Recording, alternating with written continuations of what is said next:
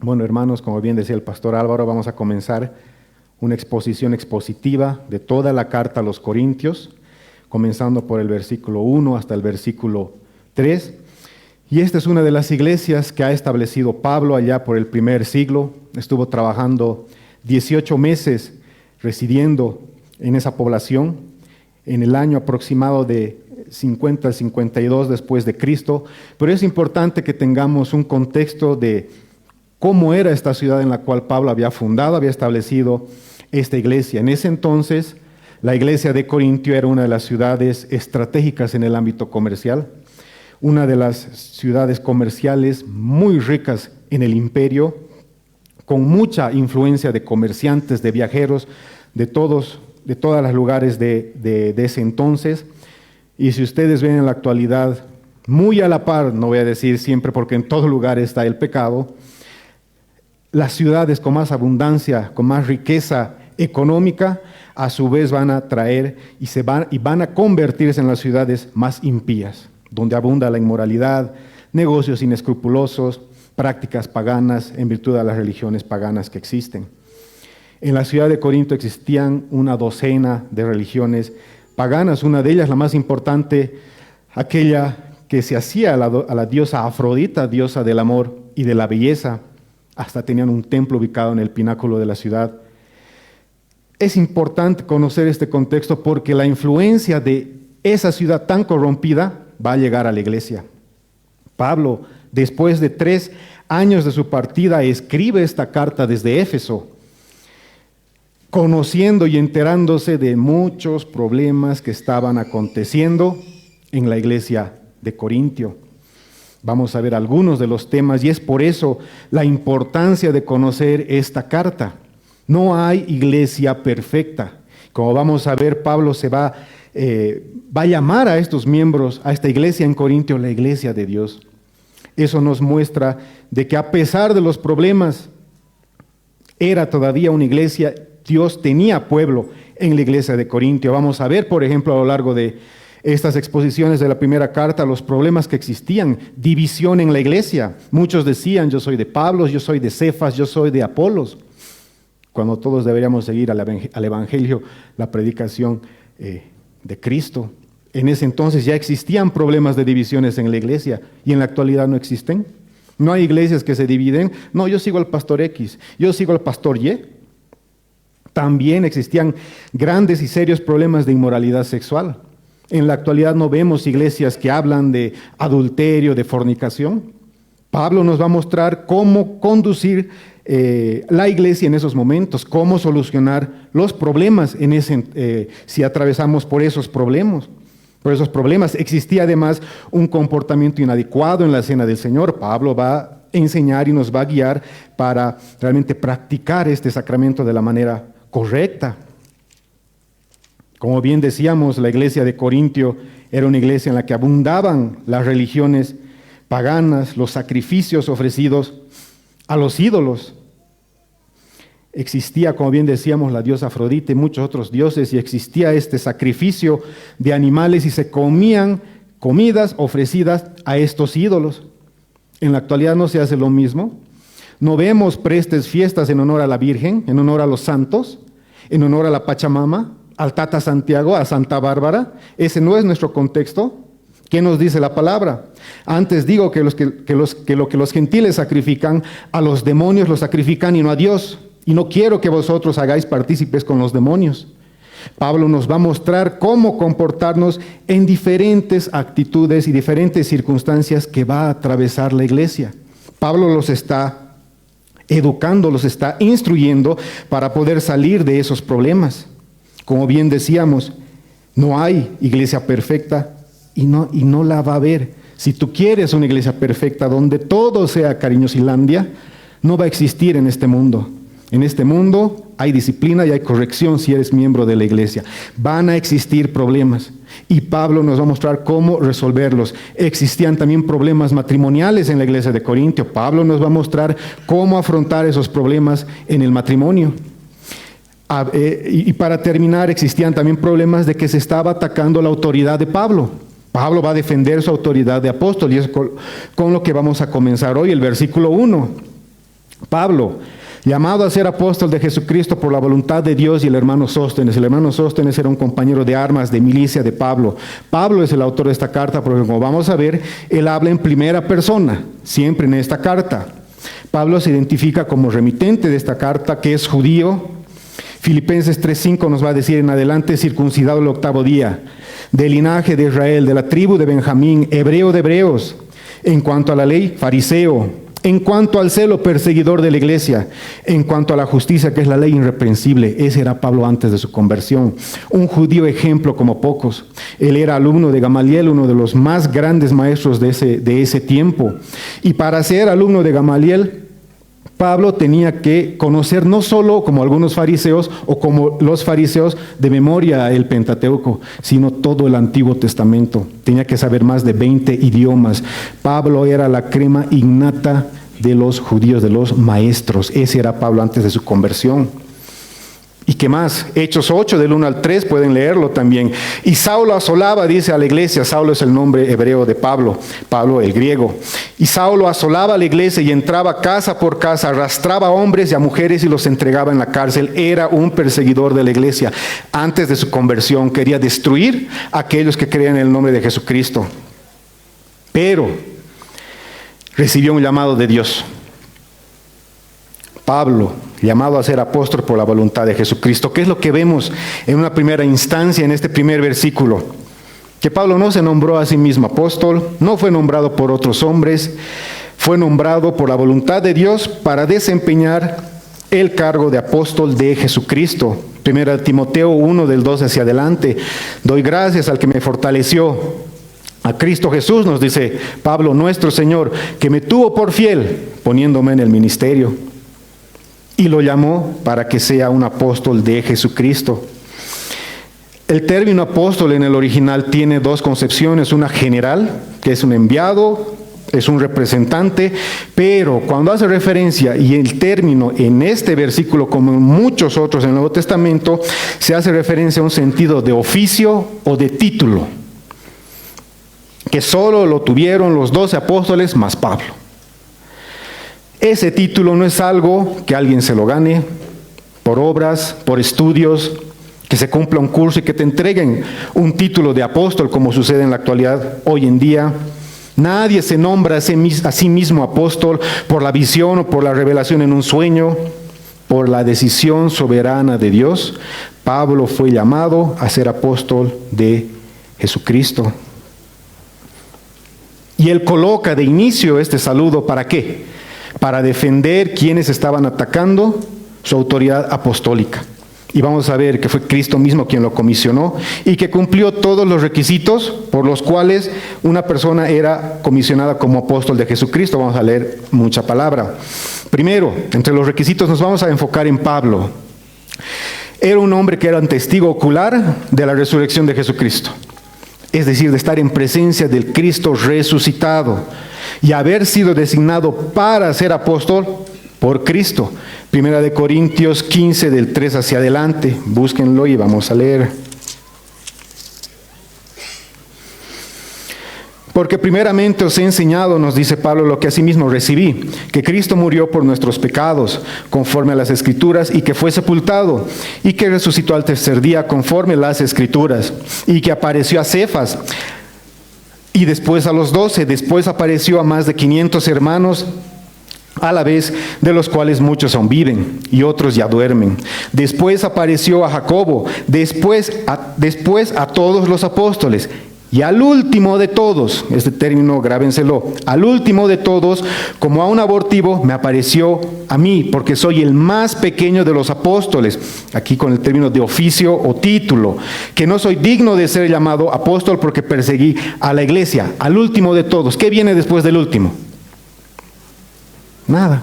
Entonces Pablo está diciendo, yo soy el último de los apóstoles. Y en la actualidad se andan nombrando apóstoles, superapóstoles, etcétera, ¿no? El último de los apóstoles, Pablo. Ustedes conocen Para terminar la idea, Pablo acá nos está mostrando las Escrituras, la palabra de Dios inspirada por el Espíritu Santo, que Pablo es el último de los apóstoles que vio a Jesucristo resucitado. Si bien no tuvo el privilegio de ver al Cristo antes de su ascensión, como los otros apóstoles, se le concedió el privilegio de ver a Jesús resucitado de los muertos. Y fue comisionado por él para ser uno de sus obreros, para ser apóstol. Todos conocemos y pueden ir a Hechos 9. En Hechos 9 es lo que yo quiero leer, porque es un pasaje muy extenso. Es el mensaje que le da a Ananías. Todos sabemos en Hechos 9 que Jesús se le aparece a Saulo, como bien decíamos, a Pablo, y nos dice lo siguiente: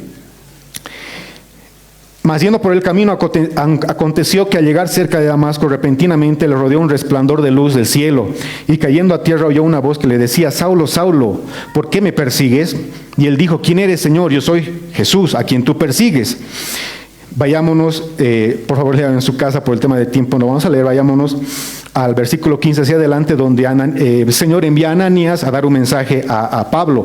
El Señor dijo: ve, porque instrumento es escogido me es este, para llevar mi nombre en presencia de los gentiles y de reyes y de los hijos de Israel, porque yo le mostraré cuánto le es necesario padecer por mi nombre. Fue entonces Ananías y entró en la casa, y poniendo sobre las manos dijo: hermano Saulo, el Señor Jesús, que se te apareció en el camino por donde venías, me ha enviado para que recibas la visita y seas llenos del Espíritu Santo.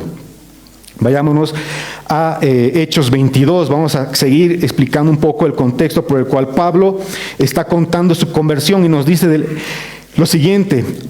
Ananías le da este mensaje a Pablo: el Dios de nuestros antepasados se te ha aparecido para que conozcas su voluntad y veas al justo y oigas la voz de su boca, porque serás testigo suyo a todos los hombres de lo que has visto y oído. Lo mismo Hechos 26, para terminar, del versículo 12 hacia adelante. Hechos 26.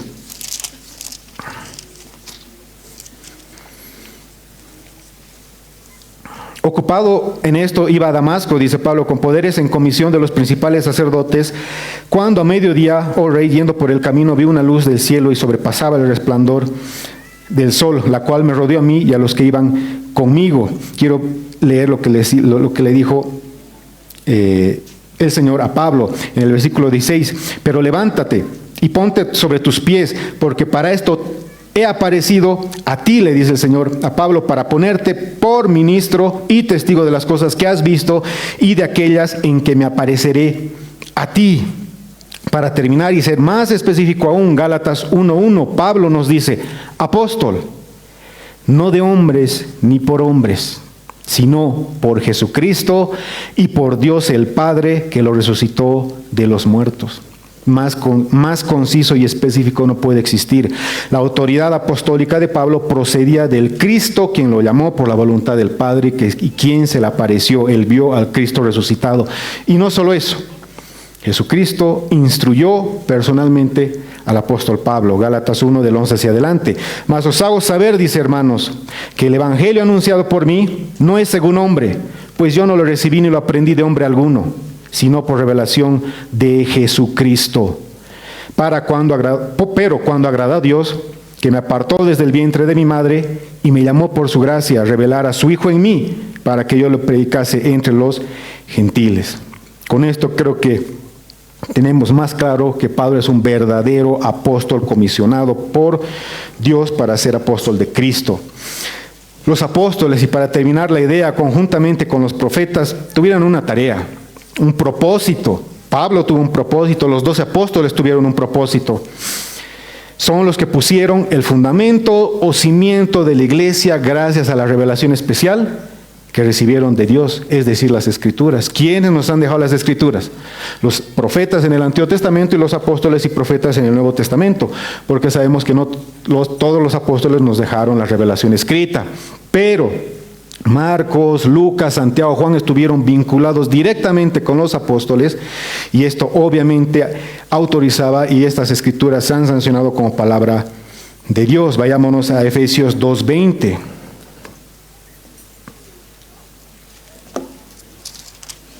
Efesios 2:20 dice así: edificados sobre el fundamento de los apóstoles y profetas, siendo la principal piedra del ángulo Jesucristo mismo, en quien todo el edificio, bien coordinado la iglesia, va creciendo para ser un templo santo en el Señor, en quien vosotros también sois juntamente edificados para morada de Dios en el Espíritu.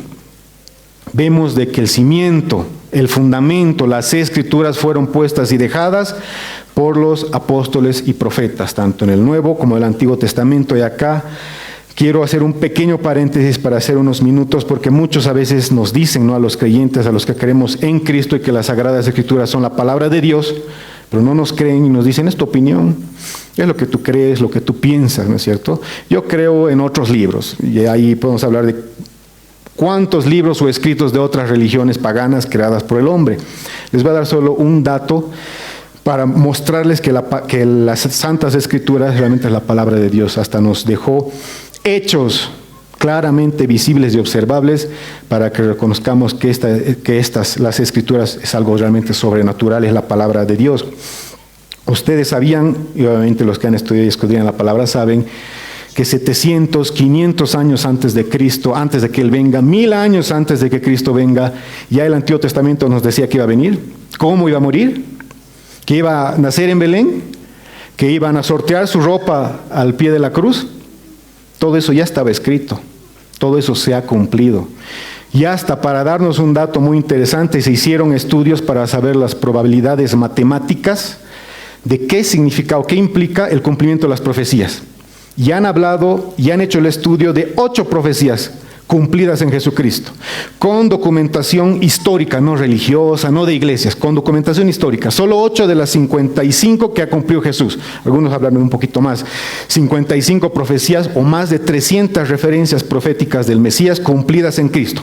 Hicieron el estudio matemático, un estudio académico científico, y establecieron que solo 8 profecías cumplidas en Cristo nos da la siguiente probabilidad. Y gracias al hermano Mirko por ayudarme a decir correctamente esta probabilidad. 1 por 10 elevado a la 17ª potencia. Es 1 con 17 ceros. Ese número es astronómico, es imposible humanamente hablando que se haya cumplido. Imagínense de más de 50. Eso nos muestra que la huella dactilar, como dicen muchos pastores, está en la Biblia. Es algo que jamás un hombre ha podido escribir. Esto es creación de Dios y es la palabra de Dios. Y uno cuando se entera y conoce eso, realmente uno sabe que esto es la palabra de Dios. Y lo que está por venir, tengamos la seguridad del 100% que se va a cumplir, porque faltan profecías y es la segunda venida de Cristo y el juicio final. Y eso va a venir, eso ténganlo por certeza, y hoy eso yo lo creo porque lo dicen las Escrituras. Continuando y terminando este versículo, gracias por el paréntesis. El mismo apóstol Pedro reconoció que lo que el apóstol Pablo estaba escribiendo era palabra de Dios. Segunda de Pedro 3, del 14 al 16, lo pueden leer. ¿Y qué nos dice? Que Pablo está hablando de ciertos, que ha dejado cartas donde se habla de la salvación, en las cuales, dice el apóstol Pedro, hay algunas difíciles de entender, las cuales los indoctos e inconstantes tuercen, como también las otras escrituras para su propia perdición. El apóstol Pedro está poniendo las cartas de Pablo al mismo nivel que Génesis, que el Levítico, que Éxodo, etcétera, que el Antiguo Testamento. Palabra de Dios. Y Pablo, en 1 de Tesalonicenses 2:13, va a mostrar cómo lo que está escribiendo, lo que está enseñando es la misma palabra de Dios. Lo pueden leer en su casa. Entonces, para terminar este primer versículo, el don apostólico, ese llamado era algo único que sucedió en la fundación de la iglesia. O ustedes ven en el Nuevo Testamento Pablo estableciendo apóstoles, nombrando apóstoles. No hay. ¿Por qué nombran ahora apóstoles? No sabemos, ¿no? ¿Qué hace Pablo? Encomienda a Timoteo a establecer apóstoles. ¿Qué nos dice Filipenses 1:1 cuando Pablo y Timoteo están saludando a esa iglesia? Dice: siervos de Jesucristo, a todos los santos en Cristo Jesús que están en Filipos, con los obispos y diáconos. Los únicos oficios que han continuado en el Nuevo Testamento son los de obispos y diáconos. Obispos, pastores y ancianos se utilizan de una manera indistinta en las Escrituras del Nuevo Testamento para mostrarnos el mismo oficio. Cuando uno habla de pastor, habla de obispo o habla de anciano, es el mismo oficio. ¿no es cierto? Eso para que tengan poco de conocimiento. Entonces Pablo vemos cómo en este primer versículo está defendiendo su autoridad apostólica, que es un apóstol comisionado directamente por Jesucristo por la voluntad de Dios. Vayámonos al segundo versículo. A la iglesia de Dios que está en Corintio, a los santificados en Cristo Jesús, llamados a ser santos con todos los que en cualquier lugar invocan el nombre de nuestro Señor Jesucristo, Señor de ellos y nuestro. Pablo está dirigiendo este mensaje a la iglesia local que se encontraba en Corinto, a la asamblea de creyentes de esa población. Pero como estamos viendo, esto es también un llamado y una carta y una enseñanza para todos los creyentes que en cualquier lugar invocan el nombre de Jesucristo. Y Pablo ya sabía de los problemas. Pablo ya se había enterado, gracias a los de la casa de Cloé, que la iglesia de Corintio no estaba andando bien. Estaba con muchas falencias en cuanto a su práctica de lo que es el cristianismo.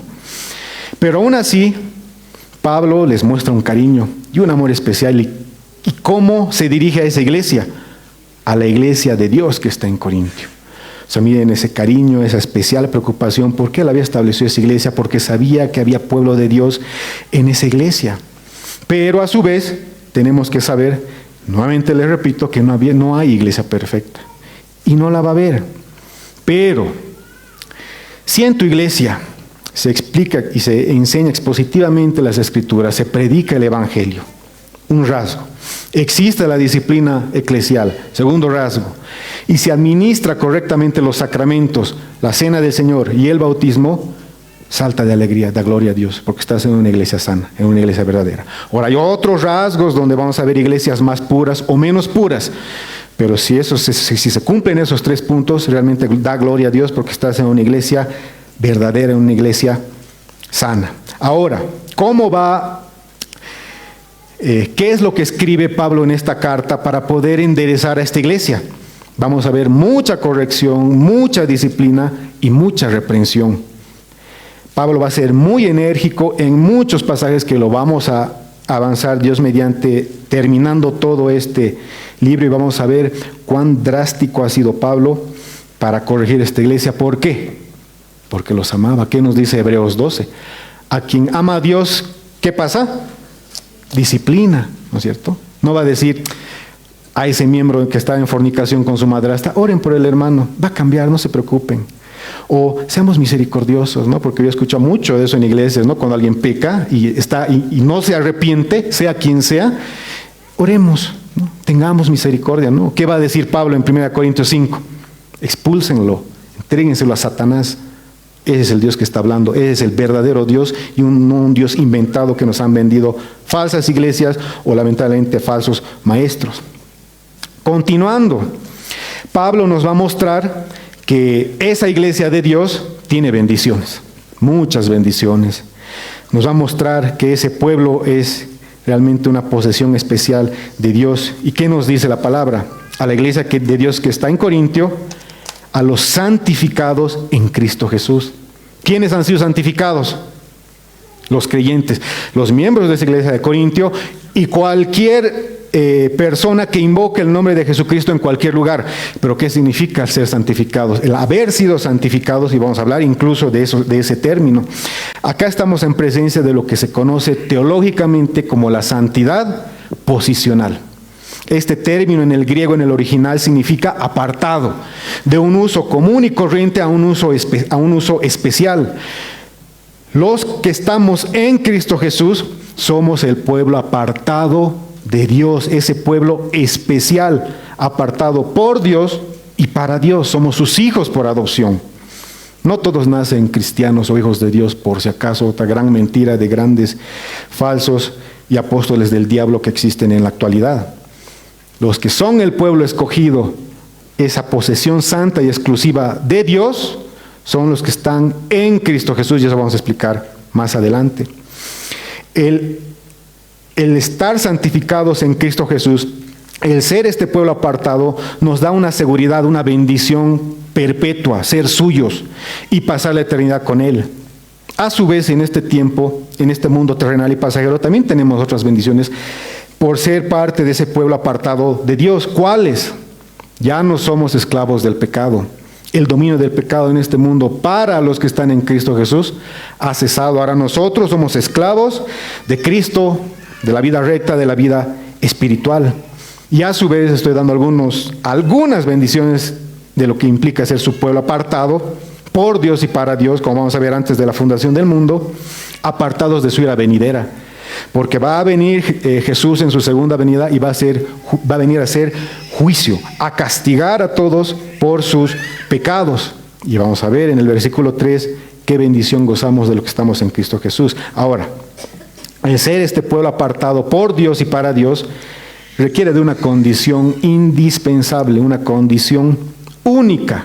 ¿Cuál? Estar, como bien dice la palabra, en Cristo Jesús. Leamos otra vez la palabra. A los santificados en Cristo Jesús.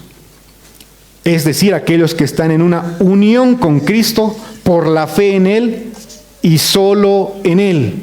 Es una religión que solo va a encontrar la salvación de las personas por creer en Cristo Jesús.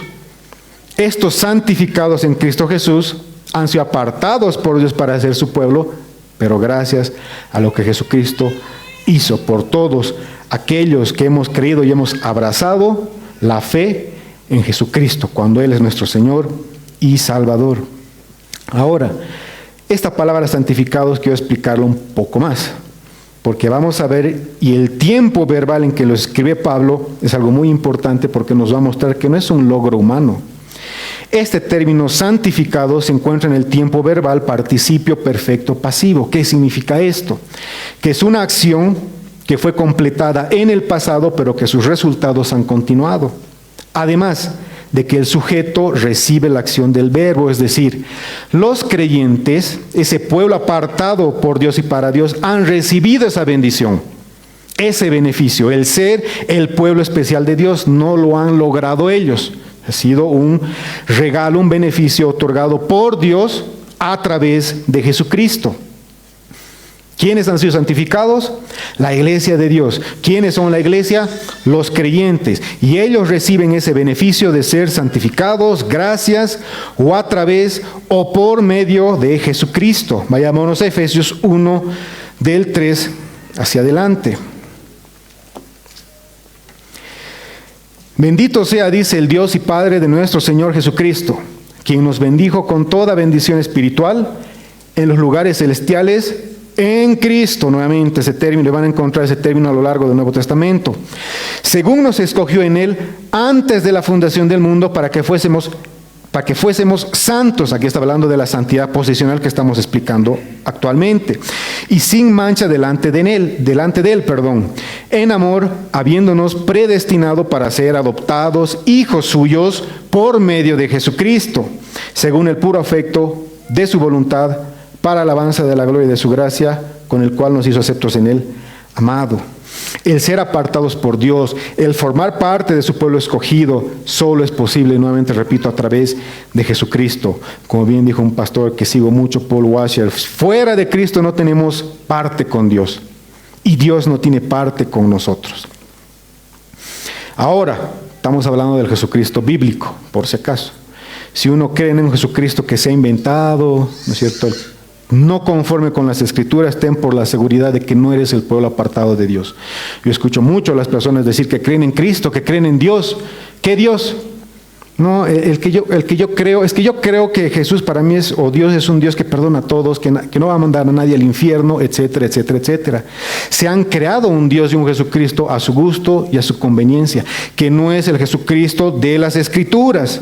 Y si no creemos en ese Jesucristo de las Escrituras, que nos presentan las Escrituras, tengan por la seguridad que no les beneficia en nada.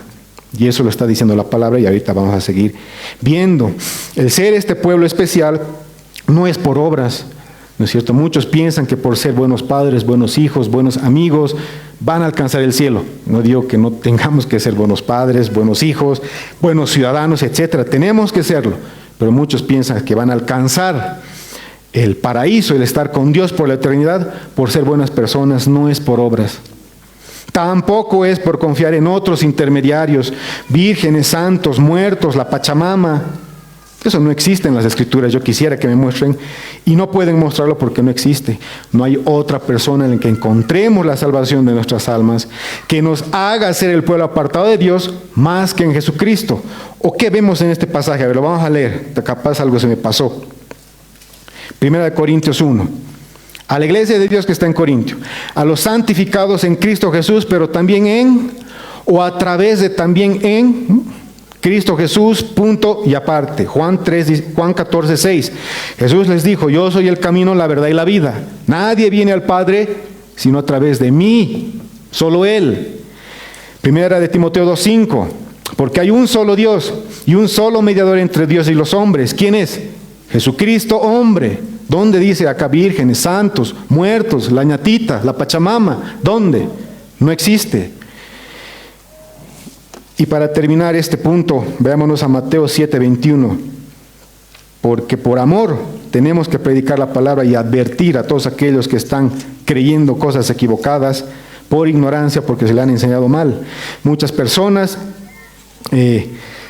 van a despertar en el juicio. ¿Y qué va a suceder? Mateo 7, 21. No todo el que me dice Señor, Señor, entrará en el reino de los cielos, sino el que hace la voluntad de mi Padre que está en los cielos. ¿Dónde está la voluntad del Padre? En los 66 libros de las Escrituras. No está en el catecismo de los católicos, en el libro del Mormón, en el Corán. Ahí no existe la voluntad de Dios. Está en las Escrituras. ¿Qué más van a decir? Muchos me dirán, va a decir el Señor en ese día: Señor, Señor, pero no profetizamos en tu nombre no echamos fuera demonios, y en tu nombre no hicimos milagros. ¿Qué les va a decir el Señor? Nunca os conocí, apartados de mí, hacedores de maldad. Si tú estás creyendo, confesando un Jesús que te has inventado, que te han enseñado mal desde chiquito, si quieres permanecer en esa ignorancia, ten cuidado, porque vas a despertar en el infierno. Dios te va a decir: no te conozco, apártate de mí. Y si te lo digo así es porque te amo. Para los que están escuchando, ya sea en Facebook o los que están presentes, que no han depositado su fe en Cristo, eso es amor, decirles la verdad. Para terminar, así esta santidad posicional o esta santificación no es un logro que pueda alcanzar el hombre a su manera o con otros intermediarios, como hemos visto. Bien dice el autor, sino el estado al que Dios en su gracia y a través de creer en Cristo llama a los pecadores para que comiencen una nueva vida como cristianos. Y solo los creyentes gozan de estos beneficios gracias a Cristo y nadie más. Continuamos. A los santificados en Cristo Jesús, llamados a ser santos. Estos santificados en Cristo Jesús, este pueblo apartado por Dios, para Dios, a través de lo que hizo Jesucristo, tienen un llamado. ¿Cuál es ese llamado? Ser santos.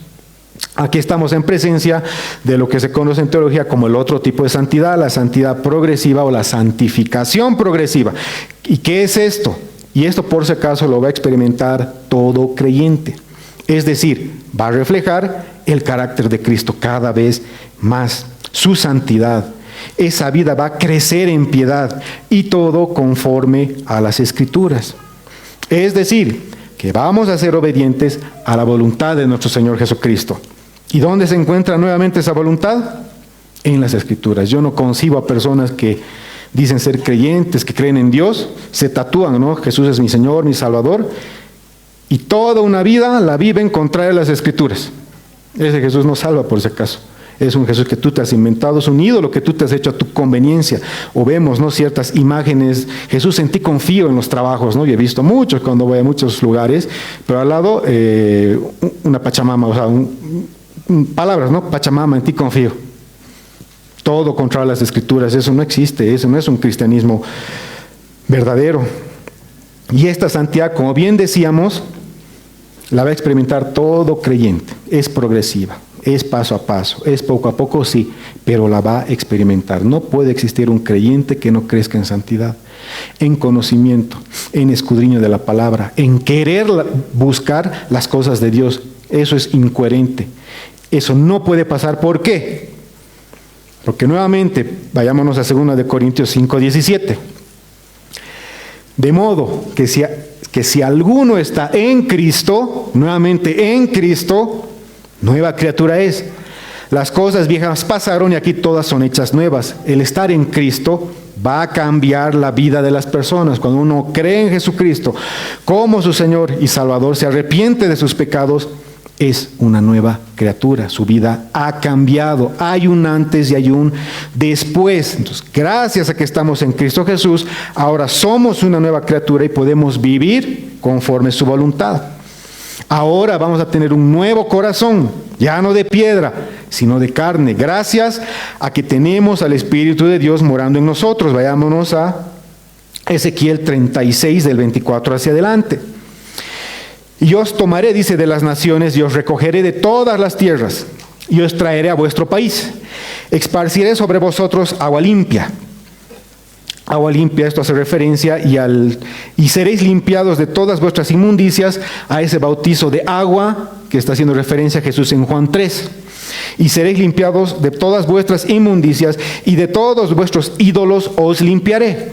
Os daré corazón nuevo, y pondré espíritu nuevo dentro de vosotros, y quitaré de vuestra carne el corazón de piedra, y os daré un corazón de carne, y pondré dentro de vosotros mi espíritu, y haré que andéis en mis estatutos y guardéis mis preceptos y los pongáis por obra. Gracias a estar en Cristo Jesús, haber depositado nuestra confianza en Cristo Jesús, haber nacido de nuevo, ser esa nueva criatura que nos hablan las Escrituras, que somos los que hemos creído solo en Cristo Jesús. Y gracias a que el Espíritu vino a morar en el creyente, podemos poner por obra los preceptos de Dios. Podemos hacer cada vez más la voluntad de Dios, podemos crecer en santidad. El creyente tiene una nueva manera de pensar, de hablar, de actuar, de vivir. ¿O no se sorprenden algunos familiares, amigos, conocidos que tenemos de que nuestra vida ha cambiado? De que ya no estamos en borracheras, ya no estamos en idolatría, ya no somos esas personas del pasado. Esa es otra de las pruebas vivas que todo lo que dicen las Escrituras es cierto. Un verdadero cristiano, ¿no? Porque muchos se dicen, obviamente no lo son, no hay esa evidencia tangible de ser cristianos porque no hacen la voluntad de Dios. El pecado para el creyente es una excepción. Nadie va a ser perfecto. Aquí también hay que manejar y tener mucho cuidado en tener ese equilibrio de que el creyente, si bien va a crecer en santidad, sí, va a experimentar un cambio en su vida, sí, no va a ser perfecto. No, vamos a tropezar alguna vez, pero ya va a ser la excepción, ya no va a ser la regla. Ahora, esta santificación progresiva, ¿no es cierto?, es una obra de dos. La salvación, la justificación es solo de Dios, pero la santificación del Espíritu Santo, y hay una parte del hombre, la responsabilidad humana, para crecer en santidad. Porque ¿quién es el que tiene que buscar la palabra de Dios, estudiarla, escudriñarla? ¿Quién es el que va a apartar tiempo para orar? El hombre, nosotros, ¿no? Pero gracias a como lo que estamos viendo, que somos una nueva criatura, que tenemos una nueva voluntad, que tenemos al Espíritu de Dios en nosotros, nuestra voluntad ya ha cambiado, ya vamos a querer buscar las cosas de Dios. Antes, en nuestra vieja vida, leíamos la palabra, orábamos, tal vez cuando alguien se enfermaba o moría alguien, ahí de boca para afuera, ¿no? Pero buscábamos las cosas de Dios, utilizábamos los medios de gracia que nos ha dejado Dios, ¿no? Eso no existía en nuestra vida. Nuestra vida era constante pecar y pecar, practicábamos el pecado. Éramos hijos del diablo. Esos son, por si acaso, aquellos que practican el pecado. Hijos del diablo, nos dice la carta de Juan. Entonces, esta obra de santificación que va a experimentar el creyente tiene una responsabilidad del hombre y lo podemos hacer gracias al Espíritu Santo que mora en nosotros. El creyente, el verdadero, tiene frutos dignos de arrepentimiento. Nuevamente repito, si alguien dice ser cristiano y su vida es evidentemente contraria a las Escrituras, se está engañando. Ahora, con el equilibrio de que si hay hermanos que están comenzando su caminata en el Señor, obviamente se puede esperar de que tropiecen un poco más, ¿no es cierto? Nadie va a crecer de la noche a la mañana, es un proceso. Vayámonos, pero es un proceso con una victoria. Vayámonos a Romanos 6, 1 al 4, por favor.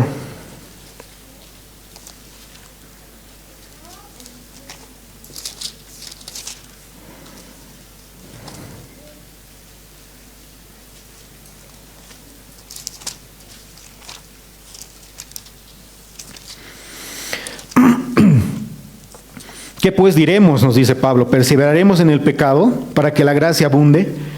En ninguna manera, porque los que hemos muerto al pecado, ¿cómo viviremos aún en él? ¿O no sabéis que todos los que fuimos bautizados en Cristo Jesús hemos sido bautizados en su muerte? Porque somos sepultados juntamente con él para muerte por el bautismo, a fin de que como Cristo resucitó de los muertos por la gloria del Padre, así también nosotros andemos en vida nueva. Quisiera leer 2 pasajes más de Romanos 8, por favor, donde nos va a mostrar de que aquel en el que mora el Espíritu Santo, ese es hijo de Dios, y no todos como falsos maestros predican. Romanos 8, 9. Mas vosotros no vivís ya según la carne, sino según el Espíritu, como hemos visto en Ezequiel. Si es que el Espíritu de Dios mora en vosotros. Y si alguno no tiene el Espíritu de Cristo, no es de él. Vayámonos al versículo 16.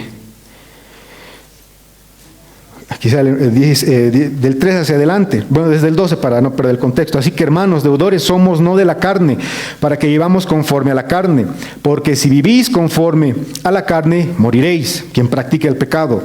Mas si por el Espíritu hacéis morir las obras de la carne, viviréis, porque todos los que son guiados por el Espíritu de Dios, estos son hijos de Dios, y ese Espíritu viene a morar cuando nos arrepentimos, creemos en Jesucristo como nuestro Señor y Salvador. Él hace una obra regeneradora en nuestro cuerpo, nos da esa fe para creer en Cristo. Primero viene esa regeneración espiritual y después ya viene esa fe para creer en Cristo. Pero el Espíritu ya mora en nosotros. Esta santidad progresiva, para terminar este punto, es un llamado para todos los creyentes.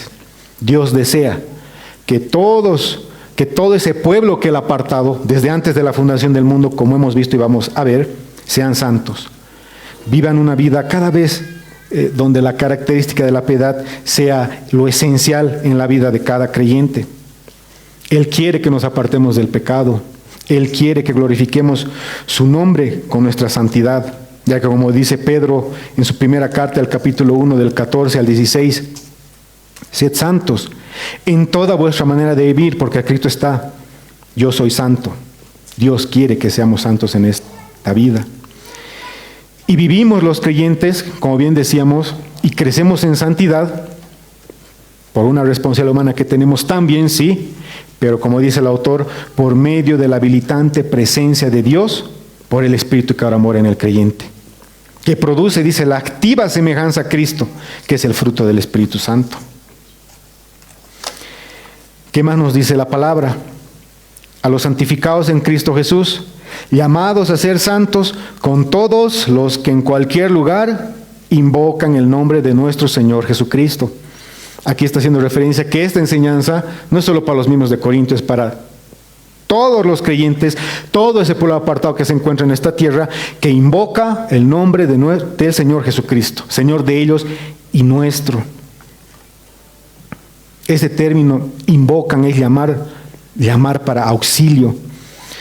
Y me gusta el término en el original porque expresa una acción continua o repetida. Es decir, podemos tomarlo por el hecho de que aquellas personas que invocan el nombre del Señor a lo largo de la historia, ¿no es cierto?, por todos los tiempos y que han perseverado hasta el final. No hay cristianos de temporada, por si acaso. Yo he experimentado mucho de ver ahora con las redes sociales, y esto literal, así lo he leído de un conocido hace muchos años atrás, ¿no? Me voy a dar un tiempo de ti, Dios, pero voy a volver, tú mediante, pero tengo que salir de la iglesia, pero voy a volver. No hay cristianos de temporadas. Uno no puede decir, yo voy a ser cristiano 5, 6, 10 años, después me salgo y voy a volver, pero quiero una vacación por el mundo. El verdadero va a perseverar hasta el fin. Este término invocar también hace referencia a esa adoración que hacen a Cristo en todos los lugares, aquellos que hemos depositado, estamos en Cristo, por la obra de salvación. ¿Por qué adoramos a Cristo? Porque nos ha rescatado nuestros pecados, y eso es lo que vamos a ver en el versículo 3. Invocar en reconocimiento y adoración también hace referencia a este término que vemos en este versículo. Haciendo uso, dice, del nombre del Señor hasta el fin. ¿Qué nos dijo Jesús? El que persevere, ese va a ser salvo. Y nuevamente, invocan el Jesús bíblico. No ese Jesús, ¿no es cierto?, que uno se ha inventado a su gusto y conveniencia, o a ese Jesús que andan predicando falsos pastores y maestros, falsas religiones, donde incluso no es Dios. Yo no entiendo, la palabra nos muestra pruebas incontrastables, y una va a ser la que les voy a dar a continuación, de que Jesucristo es Dios mismo. Pero hay cristianos, ¿no es cierto?, los testigos de Jehová, que dicen que Jesús es un profeta, es un hombre, cuando es Dios mismo. Porque este término, ¿no es cierto?, de nuestro Señor Jesucristo es el término kurios, usada en la Septuaginta, que es la traducción del hebreo, ¿no es cierto?, al griego del Antiguo Testamento, para Jehová o Jehová, como conocemos, para referirse a Dios como el Señor supremo y soberano del universo. Acá Pablo lo está utilizando para referirse al Señor Jesucristo, mostrando que en esa iglesia, que habían judíos, que habían gentiles, y esto hace un golpe seguro muy fuerte para los judíos, ¿no es cierto?, que Jesús es Dios, es ese Dios soberano, supremo del universo. Imagínense qué golpe para los judíos de ese entonces. Y para terminar nos vamos al versículo 3. Gracia y paz a vosotros de Dios, nuestro Padre, y del Señor Jesucristo. Esa iglesia de Dios, apartada por Dios y para Dios, santificados en Cristo Jesús, es decir, gracias a lo que Jesucristo hizo, gozan de muchas bendiciones. Y hoy vamos a ver dos: la gracia y la paz. Y primero gracia, porque sin la gracia, que es ese favor inmerecido, no podemos tener paz para con Dios. Gracias a esa benevolencia que no merecía el pecador, ahora podemos estar en una relación de paz para con Dios. Pero para entender y para conocer esa necesidad que tiene el hombre de la gracia de Dios, primero es bueno de que sepamos cuál es la condición del hombre, qué es el hombre ante Dios, cuál es la relación que tiene el hombre con Dios, cómo Dios nos ve, qué es lo que somos, en otras palabras. Romanos 2:5, ¿qué nos dice? Y nos va a dar una lista de pecados, que gracias al pecado de dos, yo les voy a pedir que por favor en su casa lean Romanos 1, 2 y 3. Esa es la base doctrinal, ¿no es cierto?, de Pablo para este inicio en sus saludos, para decir gracia y paz. Entre otros complementos también, obviamente, ¿no? Yo se los puedo resumir. El hombre es pecador, merece la ira de Dios, el castigo eterno en el lugar de tormento. Pero no crean mi resumen, vamos a ir a la palabra. Romanos 2, del 5 hacia adelante. Ustedes lo van a leer en su casa, por favor. ¿Qué nos dice? Que por el pecado, el ser humano está acumulando ira para el día de la ira, de la revelación del justo juicio de Dios. Todos los pecados de todos los seres humanos van a ser castigados por Dios. Él va a derramar su ira santa por esos pecados y va a castigar a los pecadores. Y todos los días los pecadores están acumulando ira por sus pecados. Romanos 3, del 10 hacia adelante, se los voy a leer. Pueden buscarlo.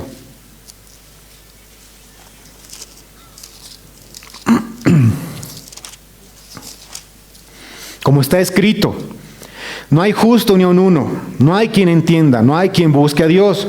Todos se desviaron, a una se hicieron inútiles. No hay quien haga lo bueno, no hay ni siquiera uno. ¿Dónde existe la teoría o la doctrina? Bueno, que el hombre se ha inventado de que somos buenas personas, de que haciendo obras nos vamos a ir al lado de Dios, de que cuando muera voy a ser esa estrella que va a cuidar a mi familia desde el cielo, voy a ser ese ángel que va a velar por mi familia. ¿No escuchamos esas afirmaciones absurdas?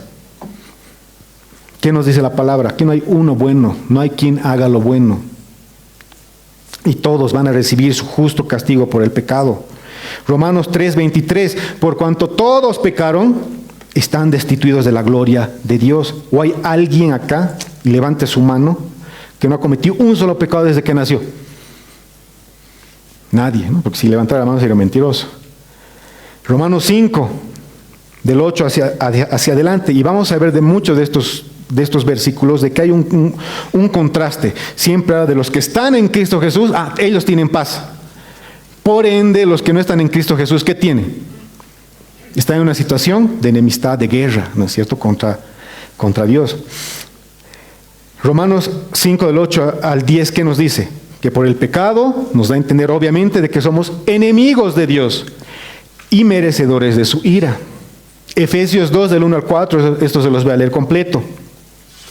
Y Él os dio vida a vosotros cuando estabais muertos en vuestros delitos y pecados. Aquí está hablando a creyentes. Pero todos los seres humanos nacemos, ¿no es cierto? Nacemos, como bien decíamos, siendo hijos de ira. Lo vamos a ver a continuación. Leeré todo.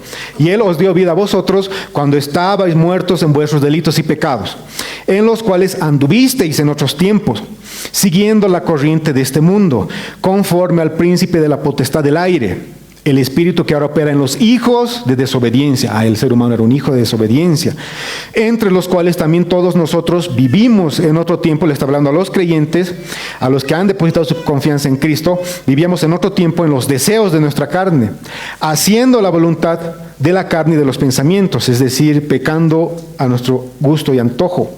Y éramos por naturaleza hijos de ira, lo mismo que los demás. Y nadie nace hijo de Dios, nadie nacemos hijos de ira. Después Dios nos llama. Ahora obviamente sabemos en un contexto más profundo de que desde antes nos escogió, pero es otro tema, antes de la fundación del mundo. Entonces, estando en esta condición, siendo esta nuestra situación, ¿no necesitamos a alguien que nos rescate? O sea, no nos preocupamos, sabiendo que por nuestros pecados Dios, que es un Dios santísimo y justo, tiene que castigarnos, tiene que derramar su ira sobre nosotros. Es el Dios de la Biblia, por si acaso, ¿no? Algunos creo que están asustando, perdón. No necesitamos a alguien que nos rescate. Ahora creo que recién podemos ver la necesidad de la gracia de Dios, y estas son las bendiciones que Pablo está mostrando que tenemos los creyentes. ¿Qué nos dice? Gracia y paz. Gracia, como bien decíamos, significa un favor inmerecido, una benevolencia que no se merece, una buena voluntad inmerecida. ¿Y cuál es ese favor inmerecido que nos dio? Como dice acá, gracia y paz a vosotros, de Dios nuestro Padre y del Señor Jesucristo. ¿Qué hizo Dios Padre por nosotros? ¿Qué merecíamos? Hemos visto la ira de Dios, el castigo, la eternidad del infierno, somos hijos de ira, estamos muertos en nuestros delitos y pecados, etcétera, etcétera, etcétera. Y Dios, lo que hizo, esa gracia que necesitamos, es que envió a su unigénito a esta tierra. El Verbo se hizo carne. ¿Para qué? Para que Él soporte lo que tú tienes que soportar por tus pecados. Él venga a experimentar y sufrir en su cuerpo la ira de su Dios Padre, del Dios Padre. Dios Hijo haciéndose hombre y viniendo a soportar el castigo que tú y yo merecíamos por nuestros pecados. ¿Eso no es un favor inmerecido? ¿Qué hizo Jesucristo? Él sabía lo que venía. Él no vino por obligación, Él vino sabiendo que tenía que cumplir esa voluntad. Morir por pecados ajenos. Soportar la ira de su Padre por pecados ajenos. Y no solo eso, vivir la vida que tú y yo no podemos vivir. Porque si bien que Dios Padre haya derramado la ira por pecados ajenos sobre Cristo, nos libra ¿de qué? Del infierno. Pero Dios a su vez envió a su unigénito y Él vino a cumplir la voluntad de su Padre para ganar el cielo para nosotros. Y eso solo se logra por la perfección. El único hombre perfecto, sin mancha, sin pecado, fue Cristo, ¿no es cierto? Él vino a cumplir la ley a plenitud y perfección para ganar el cielo para nosotros. ¿Esas no son buenas noticias? ¿Eso no es gracia? No entendemos, después de conocer nuestra situación, de una mejor manera la gracia de Dios y de Dios Padre y del Dios Hijo. Vayámonos a Efesios 1, del 3 hacia adelante.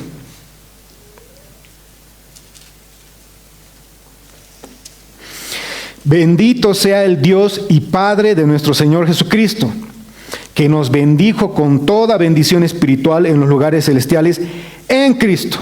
Nuevamente, según nos escogió en Él antes de la fundación del mundo, para que fuésemos santos y sin mancha delante de Él, en su amor habiéndonos predestinado para ser adoptados hijos suyos. ¿Por medio de quién?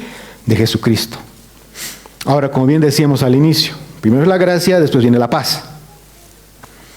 Abrazando esa obra, esa gracia de nuestro Dios Padre y de nuestro Señor Jesucristo, ahora el que cree y confía en el Evangelio, en Cristo como único camino a la salvación, ahora experimenta una tranquilidad, esa paz, como dice este versículo, gracias a que ha existido una reconciliación con Dios. Estábamos en una situación de enemistad, éramos enemigos de Dios, estábamos en guerra, en rebelión contra Dios. Pero gracias a lo que Dios Padre y Jesucristo hizo, ahora tenemos una relación de paz para con Él. Ya no vamos a soportar esa ira que sí merecíamos, porque otro tomó nuestro lugar, otro fue nuestro sustituto. Jesucristo fue el sacrificio perfecto por los pecados tuyos y míos, por los pecados de los que confiamos solo en Cristo Jesús. R.C. Sproul nos dice, bendición interna es esta paz de una buena relación con Dios. ¿Lograda por quién? Por Dios mismo a través de Jesucristo. Dios Padre enviando a su unigénito, a Dios Hijo a esta tierra, a reconciliarte con Él. Me gusta mucho 2 Corintios 5, lo van a leer en su casa, cómo nos reconcilió con Cristo. Caso contrario, lo que nos espera, ¿qué es? La expectativa de su ira y un tormento eterno justo por sus pecados. Esta es la verdad. Yo les he leído las Escrituras, he tratado de enseñarles con mis limitaciones lo que dice la palabra de Dios. No les he enseñado lo que yo creo, lo que yo pienso, lo que me han enseñado, por más que equivocado esté. Yo me he ido a la fuente, que es la palabra de Dios. Tú y yo, todos hagámonos la siguiente pregunta, ya para terminar. ¿Gozo de las bendiciones, de la gracia y la paz de Dios recibida solo a través de Jesucristo? Si tu respuesta es sí, gloria a Dios, nos vamos a ver en la eternidad, estamos en una relación de paz con Dios. Cristo vino a morir por nuestros pecados, ya Dios Padre no nos va a castigar por nuestros pecados, más todo lo contrario, vamos a estar una eternidad con Él. También gracias a lo que hizo Jesucristo, quien vivió perfectamente en esta tierra y así inocente se entregó en esa cruz, siendo el sacrificio perfecto por nuestros pecados. Pero también hazte otra pregunta. ¿Busco otros caminos para gozar supuestamente de la gracia y la paz para con Dios?